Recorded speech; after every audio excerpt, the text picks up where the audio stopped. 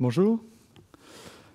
Malheureusement, nous sommes contraints par le temps, donc nous allons devoir démarrer. Je m'appelle Nicolas Malaval, je suis consultant dans l'équipe Professional Services d'AWS à Paris et je suis ravi de vous accueillir aujourd'hui à cette session.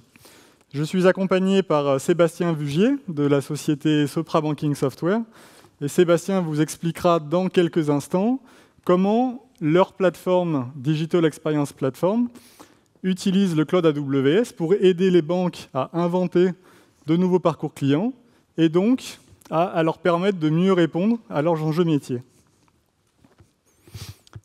Mais avant cela, pour commencer, j'aimerais qu'on imagine le cas d'un client, un client en pleine transition vers le cloud. Ce client, c'est Maybe-You. Maybe-You a récemment migré ses data centers dans le cloud AWS. C'est un projet qui a été principalement porté par l'équipe infrastructure, où chaque serveur a été déplacé dans le cloud sans opérer d'autres changements, ou presque. Et cette technique que l'on appelle le lift and shift a deux principaux avantages. Le premier, c'est que la migration peut être très rapide, car elle peut être facilement automatisée. Et donc, elle a permis à Maybe-You de fermer plus rapidement ses data centers et donc d'éviter de nouveaux investissements. Deuxièmement, il n'y a pas ou peu d'impact sur les applications et sur la manière dont elles sont opérées. Donc, vis-à-vis des équipes applicatives, le fait de migrer vers AWS a été relativement transparent. Donc là, on a les applications et le modèle opérationnel qui migrent pratiquement équivalent vers AWS. Donc, qu'est-ce que cette migration apporte à Maybe-You? Tout d'abord, un gain en termes d'agilité, parce que Maybe-You n'a plus besoin d'anticiper la capacité nécessaire et elle peut obtenir des ressources en quelques minutes. Après, on note que Maybe-You avait de sérieux problèmes opérationnels avec ses data centers. Donc le fait de migrer vers AWS a permis d'améliorer la stabilité et la performance de ces systèmes. Maybe-You profite aussi des certifications dont dispose AWS et des innovations en termes de sécurité avec des services, par exemple, comme Guard Duties ou Messi. Et ça peut être très utile à Maybe-You, notamment, par exemple, pour se conformer avec la GDPR. Et enfin, Maybe-You bénéficie du modèle de facturation qui est spécifique au cloud, et par là, j'entends modèle OPEX, facturation à la consommation, économie d'échelle, etc., etc. Mais qu'est-ce que l'entreprise Maybe-You a réellement besoin? Tout d'abord, de réduire ses coûts, de les réduire toujours plus. Et naturellement, l'IT va être mis à contribution, et je pense que c'est quelque chose que l'on retrouve pas uniquement chez Maybe-You. Mais surtout, Maybe-You a besoin que l'IT l'aide à l'innover et donc se concentre sur ce qui est différenciant pour le business. Il y a de plus en plus de startups qui sont capables de bouleverser un marché, et donc, il faut être capable de réagir vite et de prendre des risques mesurés pour pouvoir rester compétitif. Je pense que vous connaissez tous, par exemple, Airbnb, qui a bouleversé le marché de l'hôtellerie, et je vous épargne aussi Spotify, Uber, Payplug, etc. Mais pour autant, Maybe-You constate que même si le fait d'avoir migré ses data centers vers AWS a permis d'améliorer certaines choses, il reste toujours quelques obstacles. Par exemple, le délai de livraison d'un serveur est passé de 6 semaines à 5 jours. Enfin, 5 jours, c'est mieux, mais c'est encore loin des quelques minutes comme le promet le cloud.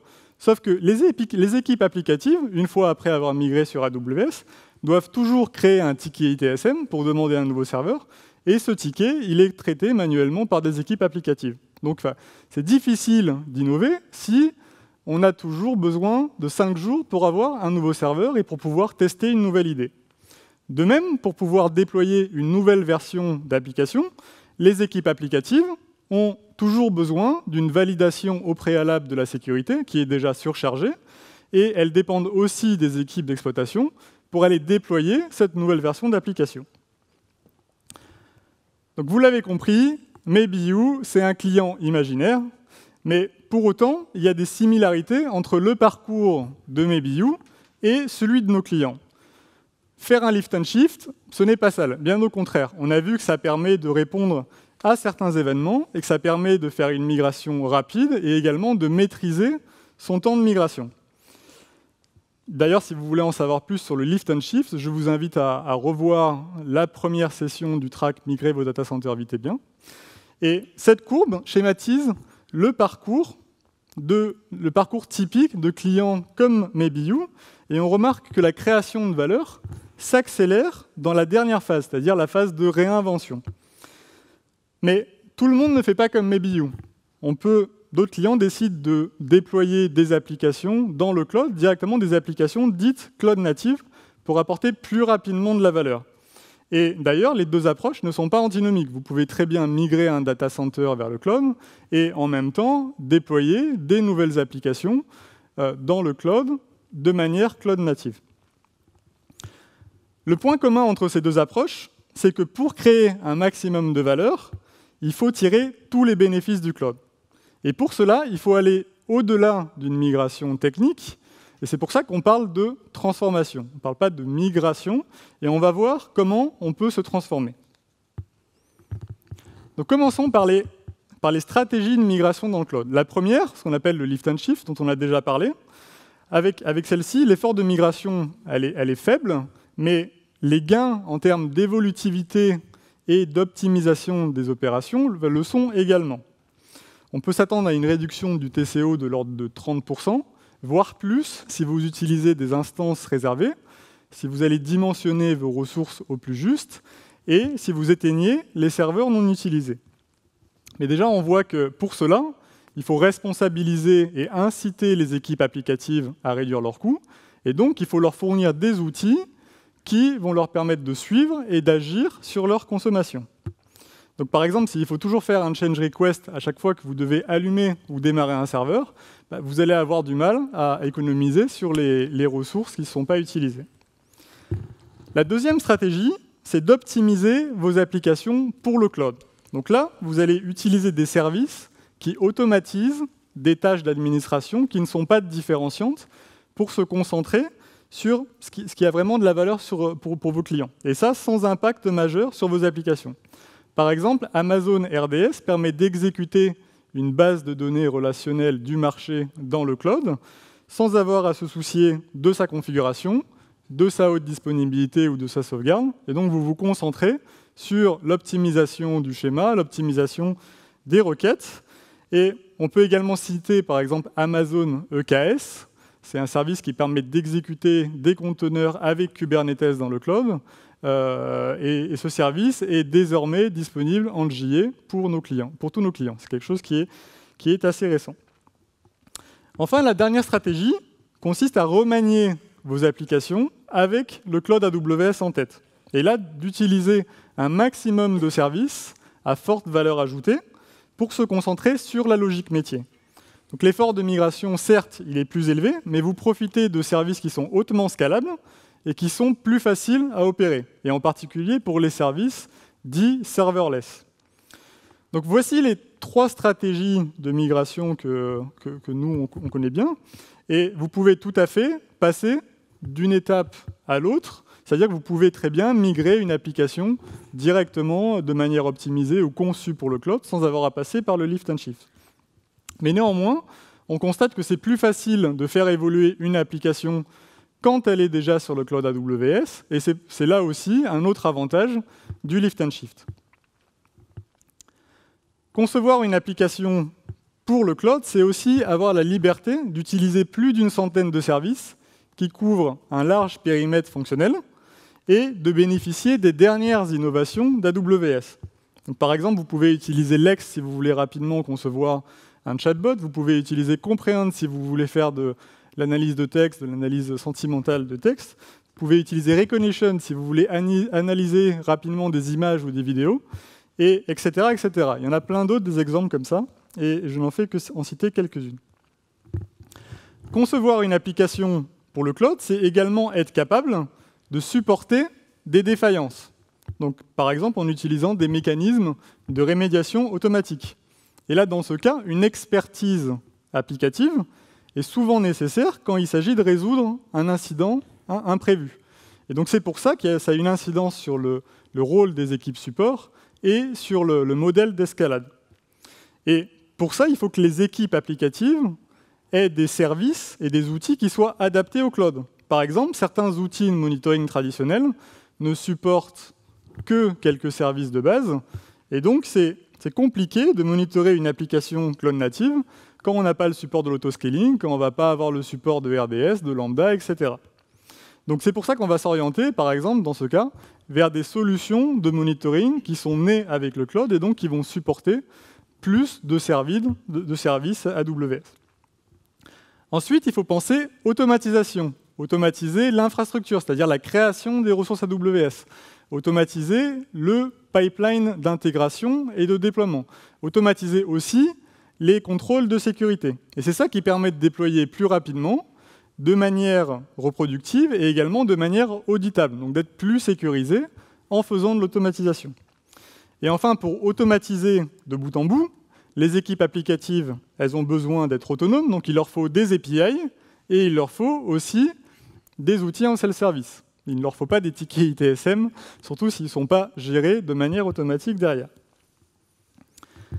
Donc, est-ce que vous vous souvenez des enjeux de Maybe et notamment du premier enjeu? C'était de réduire toujours plus les coûts. Donc, on a vu qu'il y a de nombreuses opportunités de réduire les coûts, mais au fur et à mesure des itérations, vous allez optimiser, vous allez automatiser vos applications, et donc les opportunités de réduction de coûts vont se réduire. Alors, faut-il s'arrêter ici? Non, vous l'avez deviné. Il faut continuer parce que ce sont ces futures itérations qui vont permettre d'innover et de créer encore plus de valeur pour les clients.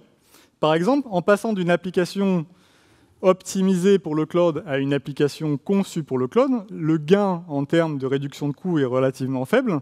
Mais par contre, c'est ça qui va permettre de se concentrer pleinement sur ce qui est différenciant pour les métiers et donc d'innover plus rapidement. Alors, comment est-ce qu'on va adapter son organisation pour innover plus rapidement? Traditionnellement, la fréquence des déploiements est telle que chaque nouvelle version va embarquer un grand nombre de changements. Les modifications à apporter sont définies par les architectes, puis après elles vont être implémentées par les développeurs. Ensuite, il y a une équipe indépendante qui va tester, et tout ça, c'est chapeauté par des gestionnaires de projet, des responsables fonctionnels, etc., etc.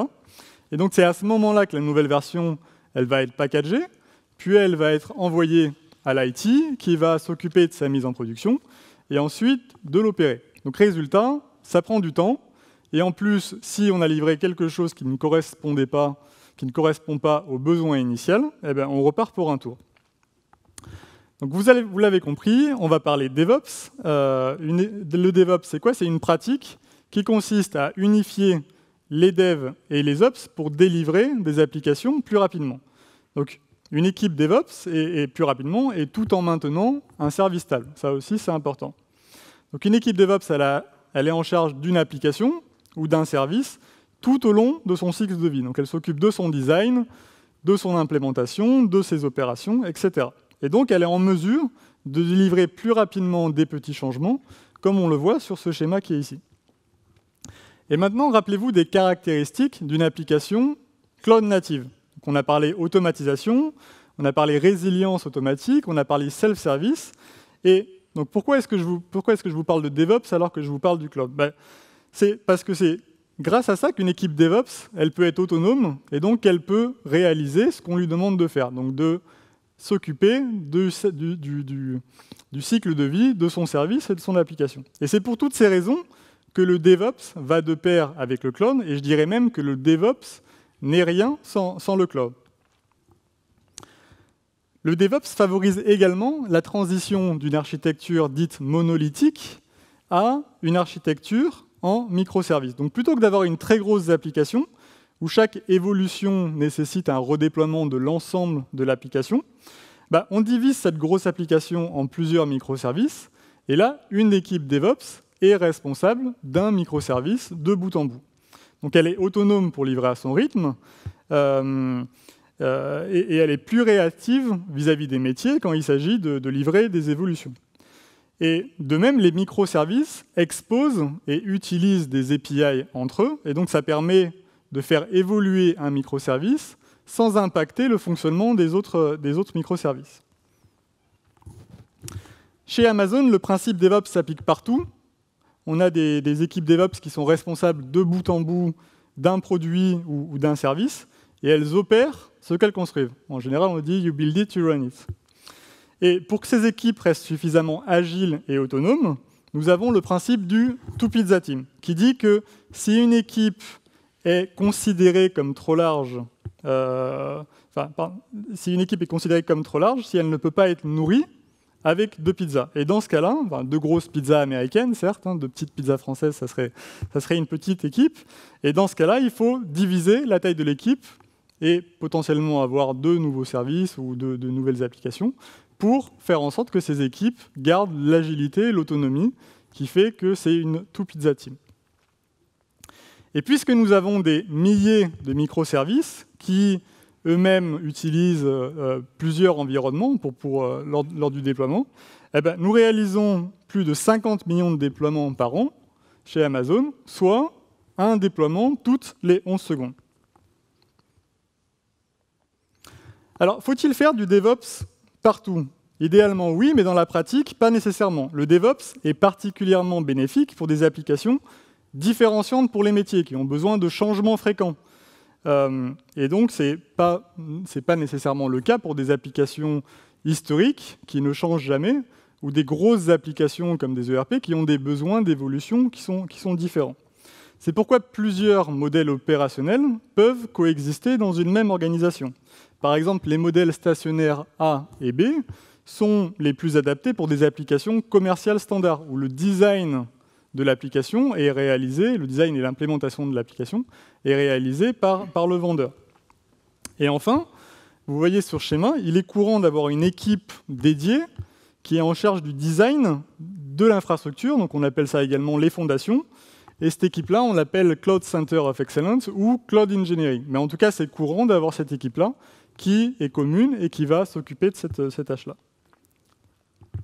Enfin, pour mieux répondre aux enjeux métiers, la DSI doit se transformer. Elle doit devenir un fournisseur de produits plutôt qu'un gestionnaire de projet. Et historiquement, les applications métiers, les applications d'entreprise et les services utilisateurs s'appuient sur les équipes infrastructures qui elles-mêmes sont silotées en fonction des différentes phases de projet et silotées en fonction des technologies. Donc, demain, ce sont principalement les équipes métiers qui se transforment et qui vont devenir une multitude d'équipes DevOps qui s'appuient sur le CCOE, sur une cloud team en règle générale. Et chaque équipe DevOps est responsable de son produit. Et on constate qu'en faisant cela, on est capable de consacrer 30% de ressources en plus à ce qui est différenciant pour vos métiers. Et donc là, c'est un moyen de mieux répondre aux enjeux métiers de l'entreprise.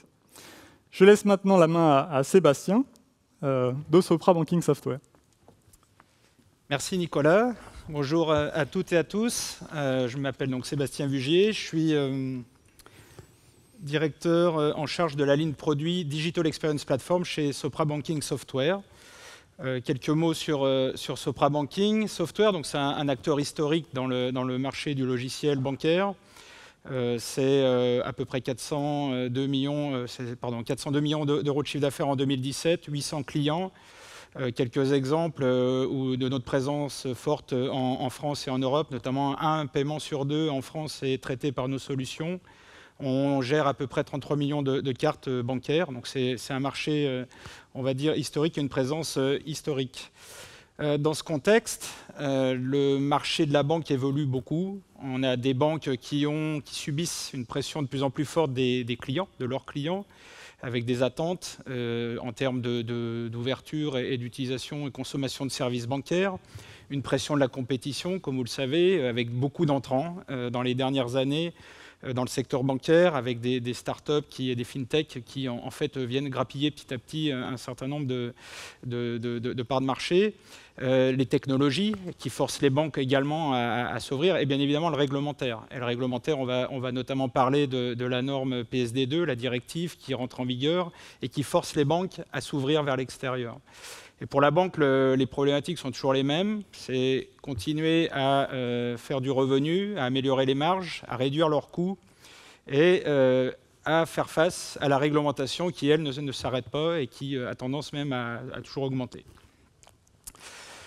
Et qu'est-ce qui se passe en fait vis-à-vis de la banque? Le client attend maintenant une interaction différente avec la banque. La banque vient d'une façon de pousser ses services de manière traditionnelle, avec ses agences, est allée vers la logique d'omnicanal, à savoir du multicanal, mais en fait toujours tournée vers la banque elle-même proposant ses services.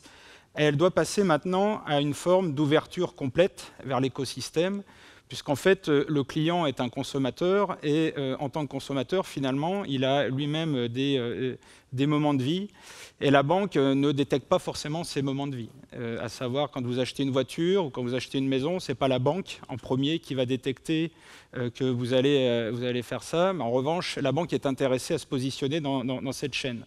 Et c'est toute l'ouverture vers l'écosystème qui force la banque à devenir beaucoup plus collaborative, et avec une forme d'incertitude, puisque pour la banque, c'est relativement nouveau de s'ouvrir et de composer avec des tiers et composer avec son écosystème. C'est en ce sens-là où on a lancé donc, la Digital Experience Platform l'année dernière pour répondre à ces enjeux et cette transformation digitale, pour d'une part permettre à la banque de se conformer aux réglementations, notamment PSD2, donc avec une approche de plateforme cloud native qui va pouvoir rapidement ouvrir les services de la banque et les exposer vers l'extérieur. Et dans cette trajectoire cloud native, il y a également la volonté pour nous, en tant qu'éditeurs de logiciels, de pouvoir en fait transformer nos offres pour mieux répondre aux attentes de nos clients bancaires. Et le cloud, c'est une certitude, va devenir de plus en plus prépondérant, ne serait-ce pour optimiser les coûts de fonctionnement, mais aussi pour améliorer le temps de mise en marché et pour les banques de faire face à cette concurrence et cette agilité croissante de leurs concurrents. Donc nous avons une plateforme, en gros, qui, au milieu, est une plateforme core, donc, qui est exclusivement déployée sur AWS. On y reviendra plus en détail, donc avec des core services pour asseoir en fait des cas d'usage plus métiers, donc où on développe en fait et on met on référence des microservices de type fonctionnel qu'on bâtit nous-mêmes ou qu'on laisse en fait à la main des clients pour enrichir aussi ce catalogue de services. Tout ça dans un esprit d'API ouvert et dans une volonté en fait, de fournir des cas d'usage packagés.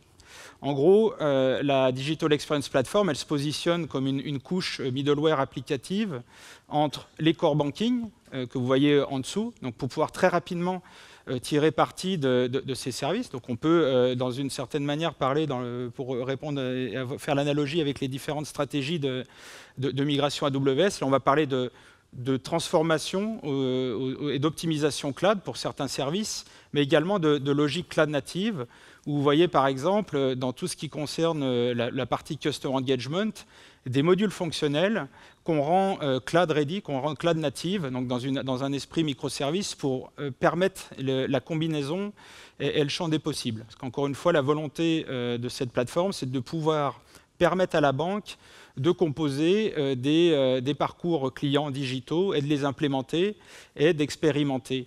Et plus vous allez aller vers la relation client, plus les changements sont fréquents. D'où la nécessité de pouvoir optimiser un maximum le déploiement de ces services, l'automatisation et de permettre donc de répondre finalement à ces problématiques, sachant qu'on compose avec un monde aussi traditionnel qui est que le core banking, lui, a plutôt des fréquences, on va dire, stables et plus longues.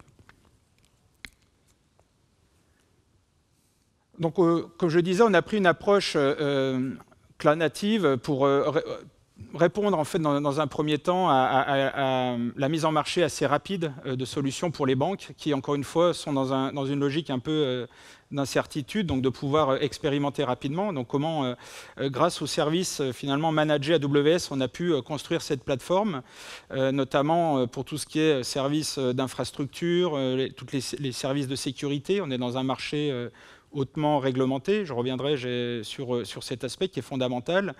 Pour nous, les services managés, c'est autant de coûts d'optimisation et de tâches qu'on va consacrer vraiment à notre cœur, on va dire, fonctionnel.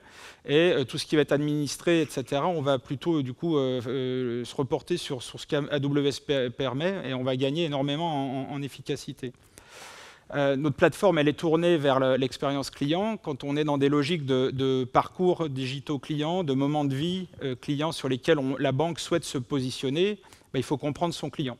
Donc la deuxième étape, et ce qui est dans les roadmaps, c'est aussi de pouvoir, grâce au catalogue, le riche catalogue d'AWS, d'enrichir en fait nos services, et notamment de pouvoir, grâce à toutes les informations qu'on collecte sur les différents parcours clients et cas d'usage, permettre à la banque finalement de commencer à détecter aussi des patterns et de pouvoir faire beaucoup plus de prédictifs sur la façon dont les clients se comportent et comment mieux pousser en fait des offres de services à ces clients. Donc on va être particulièrement intéressé par des logiques de chatbot conversationnel. Donc ça, c'est vraiment l'aide à la vente. C'est comment guider le client dans son parcours. Vous avez par exemple le cas de Ben qui veut acheter sa voiture en 3 jours. La banque va par exemple lui fournir une application où Ben va pouvoir, grâce à de la reconnaissance d'images, photographier une voiture qu'il voit dans la rue. On va pouvoir le débrancher sur un site comme La Centrale ou Le Bon Coin. Il va avoir le catalogue des différentes voitures qui correspondent. Il va pouvoir peut-être choisir son modèle. Et puis la banque là, va intervenir en disant attention, maintenant je peux vous proposer du financement, et je vais pouvoir d'ailleurs aussi activer un service d'assurance d'un tiers, et puis pourquoi pas activer de la location de parking. Donc c'est tout ça, grâce aussi à l'analyse de la donnée, qui vont nous permettre de mieux, disons, enrichir la valeur pour le client. Alors on va descendre un peu plus dans la soute. Pardon, je voulais juste finir là-dessus sur... vu qu'on essaie d'optimiser un maximum les coûts d'infrastructure, vous allez le voir, on est beaucoup, bien sûr, basé en tant qu'architecture microservices sur des architectures deep container. Amazon EKS sera très certainement très intéressant. Pour l'instant, on manage nous-mêmes Kubernetes, mais on va regarder ça de très près puisque ça va être lancé rapidement. Donc, on va descendre un peu plus dans le détail. Donc, cette plateforme, comme je disais, elle est en architecture cloud native, en logique microservices. Notre objectif, c'est de délivrer des fonctionnalités le plus vite possible grâce au déploiement automatisé. Donc on déploie et on automatise tous nos environnements de manière automatisée. On a intégré également dans toute la chaîne des logiques de sécurité. Encore une fois, pour la banque, on est dans un marché hautement réglementé. On a énormément à fournir en termes de preuves et de garanties que tout ce qu'on fait est très sécurisé. On a adopté donc, dans cette logique une démarche de continuous integration et continuous déploiement, ce qui veut dire que donc, sur notre stack microservices, tout est de manière, automatisée et fait pour qu'on puisse avoir une chaîne la plus rapide possible, depuis le développement jusqu'à la mise en prod, dans une logique DevSecOps, en incluant bien évidemment la sécurité. Et c'est surtout aussi, comme vous allez le voir, de pouvoir profiter très rapidement du monitoring pour pouvoir aussi améliorer en continu. Et bien évidemment, nos microservices, on est en logique complètement dynamique. On a mis en place également des frameworks de type Istio pour améliorer le management des microservices. On est à peu près une centaine de microservices pour l'instant, et on va continuer à enrichir, et je pense qu'on va atteindre très rapidement entre 500 et 800 microservices très fonctionnels, et avec cette nécessité de pouvoir les combiner entre eux. Donc la scalabilité, ici, elle est incontournable. Elle va être d'autant plus incontournable qu'on est souvent en réponse à des clients de type Tier 1 bancaire qui ont une forte volumétrie, une forte activité, d'où l'importance d'avoir des architectures scalables et surtout résilientes, comme le soulignait Nicolas, puisque pour nous, en tant qu'opérateurs de notre solution, c'est fondamental de pouvoir optimiser un maximum. Donc là, vous avez ici la façon dont notre chaîne CI, CD, donc Continuous Integration, Continuous Delivery, Continuous Déploiement, puisqu'on déploie et on opère nos solutions, est faite. Donc avec toute des premières étapes qui sont tout ce qui concerne la chaîne pour le développeur. Comment le développeur, on met en place des passerelles pour que le développeur puisse coder ses tests d'abord avant de développer. Donc on garantit en fait une notion de qualité de code en amont. Comment on a intégré tous les outils qui permettent notamment de vérifier la qualité de code, vérifier la qualité, les vulnérabilités. On automatise la mise en place Docker du microservice. On va pouvoir, donc, sur la chaîne d'assemblage, lui permettre aux développeurs déjà de pousser en fait, son microservice. Et là, on a une deuxième chaîne qui continue, qui est plutôt la chaîne, entre guillemets, DevOps, au sens où on a préféré déléguer à un profil beaucoup plus orienté sur la logique de l'architecture pour s'assurer que le Docker mis dans le contexte va pouvoir être bien géré, donc gérer les dépendances entre les différents services, continuer sur les tests de vulnérabilité, notamment avec des outils comme Clair, et puis après, finalement, traiter toute la problématique de l'assemblage grâce à Kubernetes et avec des principes de tag pour dire, bah voilà, maintenant ça, je suis prêt à le déployer sur tel ou tel environnement. Encore une fois, pour l'instant, on est plutôt dans des logiques où on déploie des environnements pour chaque banque, pas parce que en fait, notre architecture est bâtie comme ça, c'est plutôt pour répondre à la demande des banques qui, à l'heure actuelle, ne souhaitent pas encore, disons, aller vers des modèles de plateforme partagés par plusieurs banques. Mais notre architecture est complètement orientée en ce sens-là, dans des logiques multitenants. Un point important, c'est l'organisation DevOps, et surtout, quand on est dans des logiques cloud natives, c'est aussi de pouvoir continuellement améliorer notre résilience et améliorer la façon dont on peut faire du monitoring automatique et répondre rapidement à des problématiques. Et c'est en ce sens-là où, dans notre organisation, eh bien, on a bien mis en place en fait, des logiques où les ops font partie intégrante de la R&D, c'est-à-dire qu'on a des profils où, en fait, ils assurent la continuité entre ce qui a été développé et le côté operations. Donc, on a des principes sur nos R&D aussi d'astreinte et donc pas de séparation entre dev et ops, mais bien une logique naturelle qui doit s'inscrire. Et également sur l'aspect de surveillance et toutes les opérations de monitoring technique, où là, on a également profité d'un modèle assez intéressant avec notre partenaire, notre maison mère, Soprasteria, qui d'ailleurs a obtenu la certification Amazon Managed Service Provider très récemment, où finalement on automatise aussi tout ce qui est la mise en place des chaînes de surveillance automatique. Donc comment ça marche ? En fait, nous sommes maîtres de notre chaîne DevOps, de Sopra Banking. Donc quand on a un client, on vient déployer grâce à de l'infrastructure as a code, on décrit toute notre architecture, toute notre infra dans Terraform. Ça vient déployer automatiquement des environnements. Donc, des environnements, pour nous, c'est systématiquement une chaîne développement, intégration, production en haute disponibilité sur un minimum 3 zones qu'on vient déployer automatiquement. Et ça, on sait le faire maintenant en moins de 5 jours. Derrière tout ça, une fois qu'on a fait ça, on a en parallèle un système où, depuis Terraform, on vient générer un script JSON qui vient en fait solliciter les équipes de Soprasteria pour construire en fait toute la chaîne et mettre en place un proxy et configurer un proxy de monitoring de manière complètement automatisée en utilisant les mécanismes de VPC peering d'AWS pour venir et être prêt, disons, à sonder et commencer à superviser l'infrastructure technique.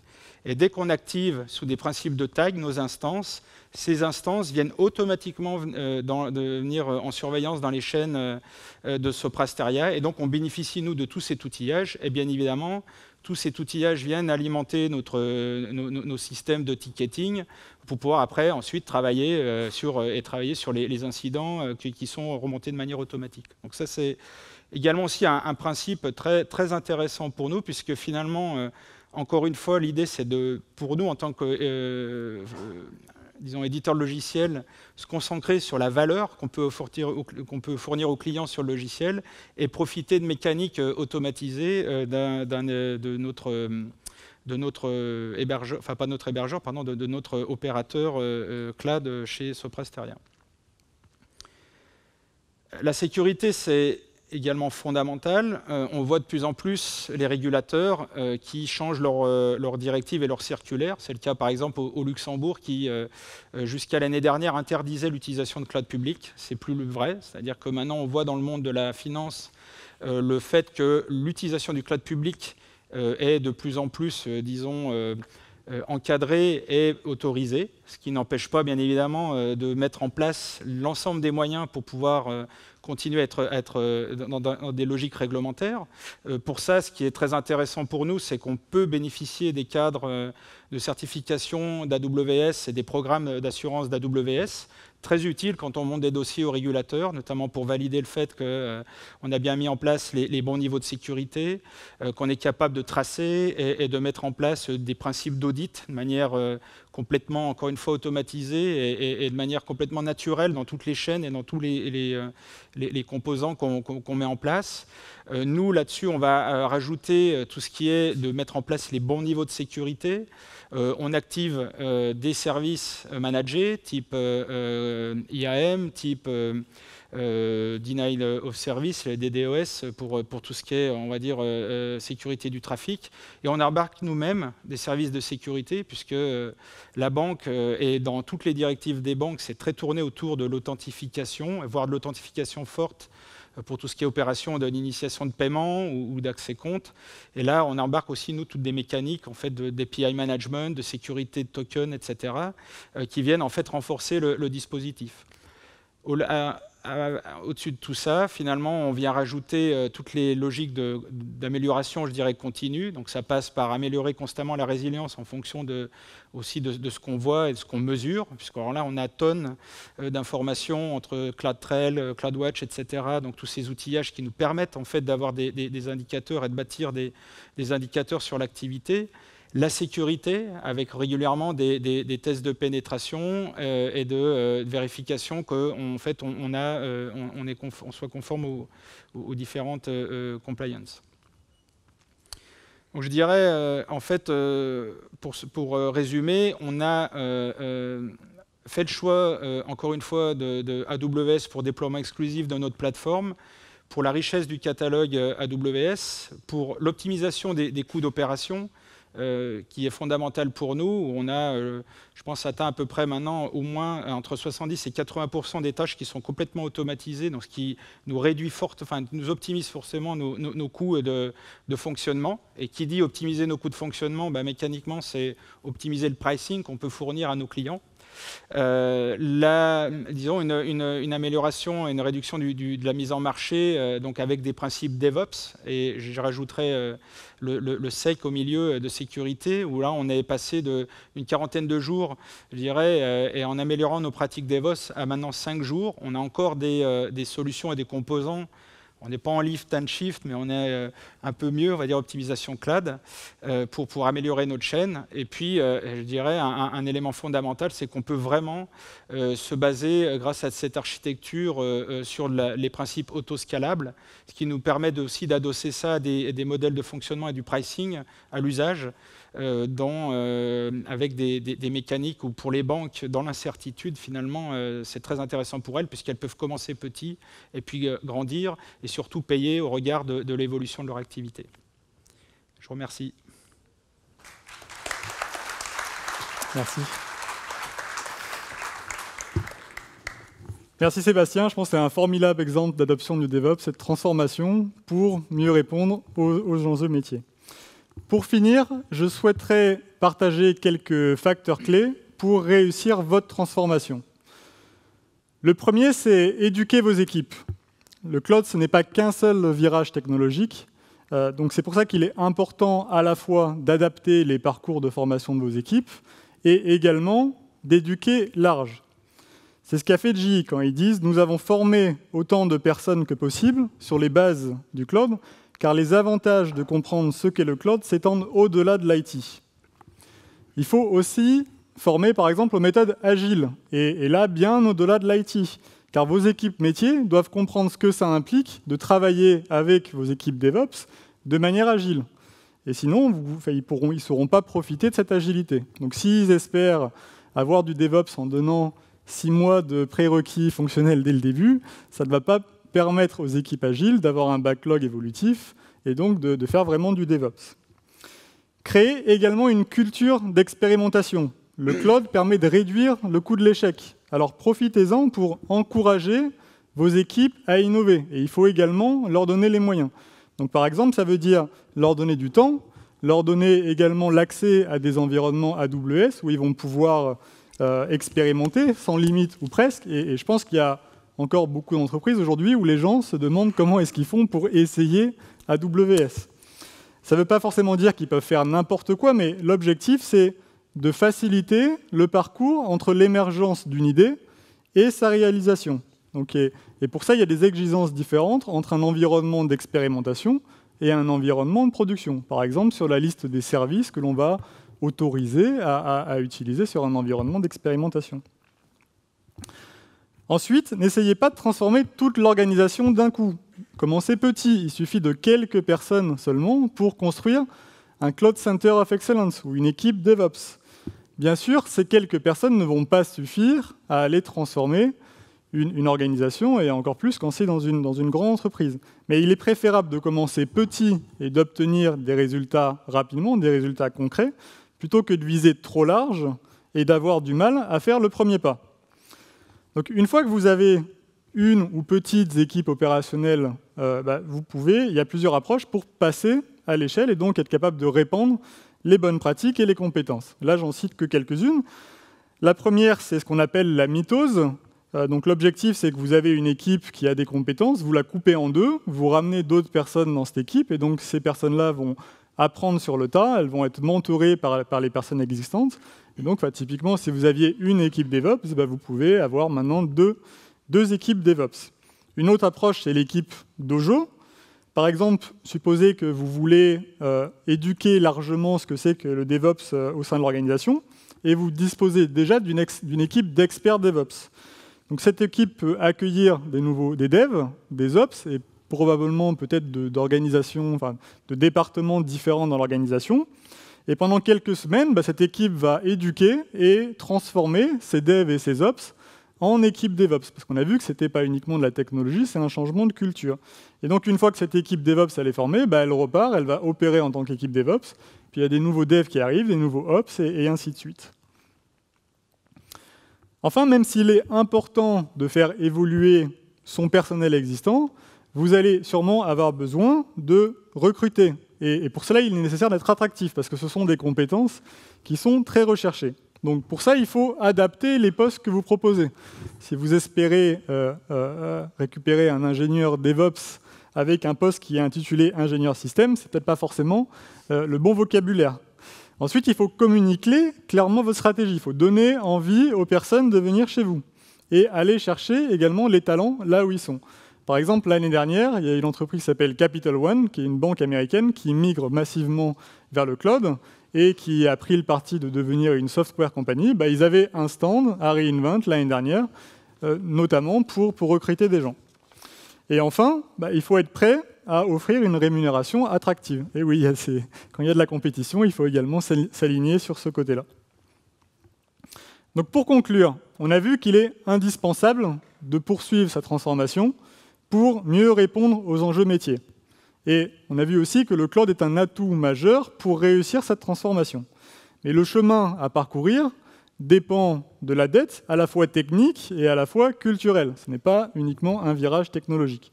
Et donc, pour accélérer cette transformation et aider l'entreprise à rester compétitive, n'hésitez pas à être accompagné. Et donc, chez Professional Services, nous vous aidons à obtenir plus rapidement des résultats et nous travaillons en général conjointement aussi avec des partenaires AWS dans vos projets. Et puis ensuite, l'équipe Enterprise Support est là aussi pour soutenir votre transformation.